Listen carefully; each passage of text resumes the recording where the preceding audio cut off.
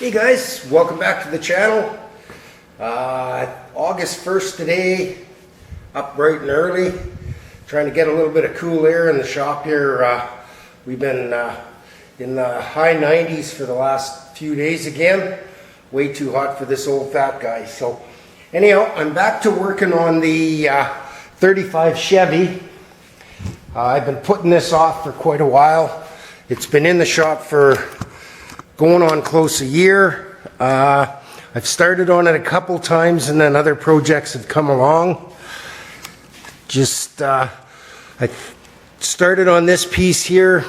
What I have to do is the whole bottom edge here is rusted out, and I have to replace this whole section across the back. So I'm dealing with the curve. Just come down to the other end. The curve on the bottom of the body, as well as it comes up and it widens out in this corner, and this is all cracked on both sides. It's where the side meets the fender well. So I've been going back and forth with how to make this thing. I was going to do it in little sections and join in the center of this fold. That's not working out real well. So yesterday I screwed around a bit. I took a piece of scrap 18 gauge. I broke a 90 on the bottom, which was my first mistake because it's not a 90, it's only about 75 degrees. And then I tried different dies on the bead roller to put the second part of the bend in. And once I figured out which dies to use, which I went back to my step dies that originally came on the cheap bead roller, and it seemed to work out really well. So what I'm going to do today is get this spacing down exactly where I want it for the width of this little flange here, and then I'm going to cut a piece of 18 gauge. I'll break the bottom and then I'll run it through the bead roller here and see how that comes out, so I can show you what's happening with that. So the other thing that's happening today or tomorrow, there's another project coming, kind of an exciting one. Hopefully I'll show you when it gets here, and we can go from there. So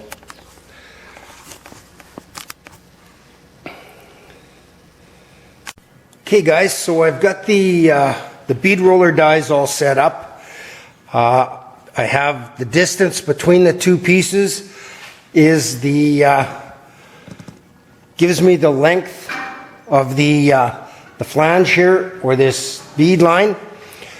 And what I've done is I took a test piece, it's 3.5 inches, which is what I'm going to replace. I broke a 70-degree bend on the bottom. Then I've come up 1 inch and I put a felt pen mark, and I ran this through the dies this way twice, did it in 2 steps, and it gave me pretty much the profile that I'm looking for there. So what'll happen then is this will have to get shrunk to start to curve this around, and then I'll have to put some shape in this to follow the curvature of the back of that body there. So next I'm going to run the full-size piece through. It's 40 inches long, and it's real important that I keep that line really straight. So here we go. Okay, we'll give this a try. I gotta grab the rest of my tools.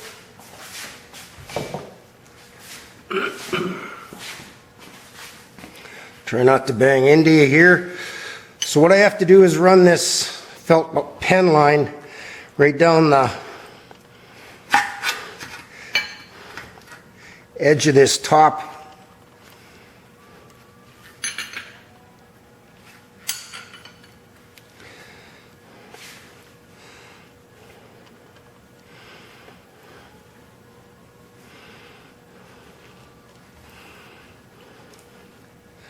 Really critical that I keep this very straight. Like I say, I got to do 2 passes.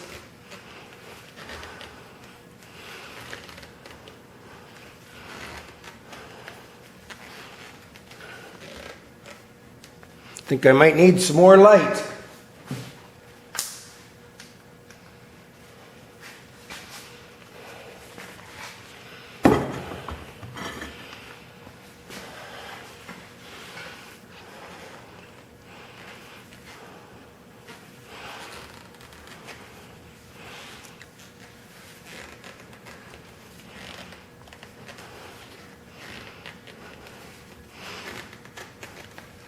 Sure would be nice to have a electric drive on my bead roller.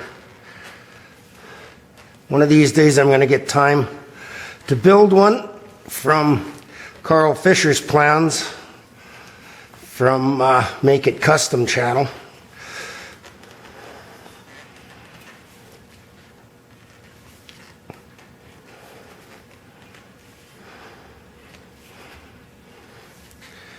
Really tough to keep it straight.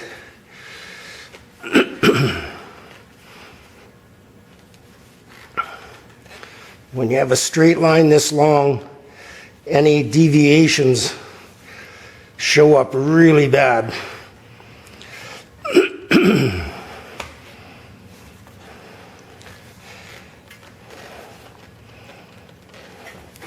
Watch you don't run your fingers into it at the same time here too. When you get to the end. Okay, I'm going to run it through again, and then I'll bring you back and show you what we got. Okay guys, that went through pretty well. I've got real nice crisp edge. What I did end up with, I don't know if you can see it in the video, right here, get the light, there's a little bit of a line, and it's where it intersected the die. And what it's done is it's caused a little bit of a bend in this piece right here. So what I'm going to have to do is put this on my piece of I-beam and planish that out, and then I can start putting some shrink in the bottom edge and making it fit the bottom of this body. Okay, so we've got the piece has the one shape to it. This underneath here is going to run flat and level with the frame, but this piece now needs to be curved to follow the contour, and then I'll have to add some shape up here. So what I'm going to do is, using my shrinker stretcher, just get you positioned here. Don't worry about that. Not enough hands, so I'm going to use the shrinker, and what I've done on the part here is I put center line, and then I part marks every 3 inches all the way across. It's really easy to get carried away shrinking and stretching, and you can overdo it pretty quickly. So I'm just going to start in the center. It's not going to need a whole lot to begin with. In the middle, it's more to the outside edges where it starts. So I'm going to give it just a light touch in the center here.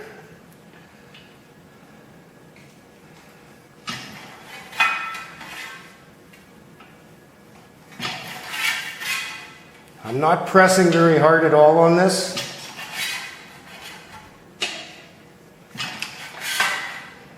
I skipped one there.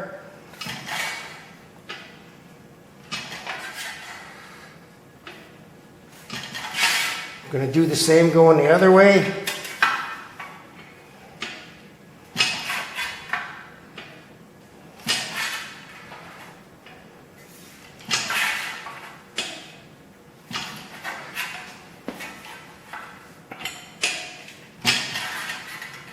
Got to try and use a nice uniform shape in it. So I don't know if you can see, but it's already developing some curve. I'll just fit it again.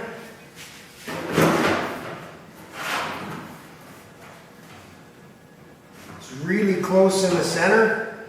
I'm going to have to start about 3 marks out from the edge here now, or from the center.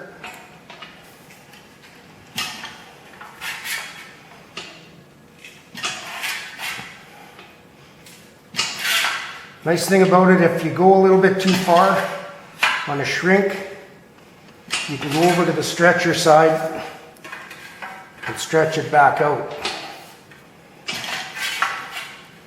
I'm using very light pressure.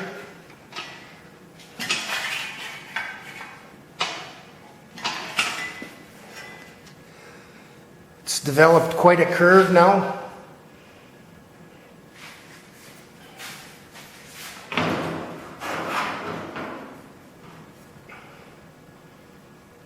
Okay, I'm just going to keep doing this, and I'll bring you back once I got it fitting here, guys. Okay guys, we got a new day here. I've got the piece all shaped. I made a slice up the side here after I got this trimmed to the proper length on both sides, and I trimmed the bottom off the original steel. The reason for that is it was stopping me from getting this up to the right height so that these edges line up. Now what I've done is I've scribed a line right along the top edge of my repair. Now I'm going to carefully cut that out with a zip disc, trim it right up to the line, and then I can butt weld this piece in, and then I can carry on making the outside edges here. Okay guys, as usual, I got carried away and forgot about videoing. So what I've got is I showed in the last video I had the lower repair tack welded in, and what I did was I made a beer cad template for this lower corner piece here. Put the bead in the same way I did on the rear piece, and I ended it right on the edge here. And then I made a piece on the inside that come out, and I welded it right down the inside here. It turned out really well. I'm hoping to show you a little more of the procedure on the other side when I get to it. It's still wide open here, and all the cracks and all the missing parts and pieces there. So that'll be next. This one's going to go on hold here for a little bit. I've got to wait for the owner to bring me some fenders so that I can fit the fenders and everything on it. Whoa, up here.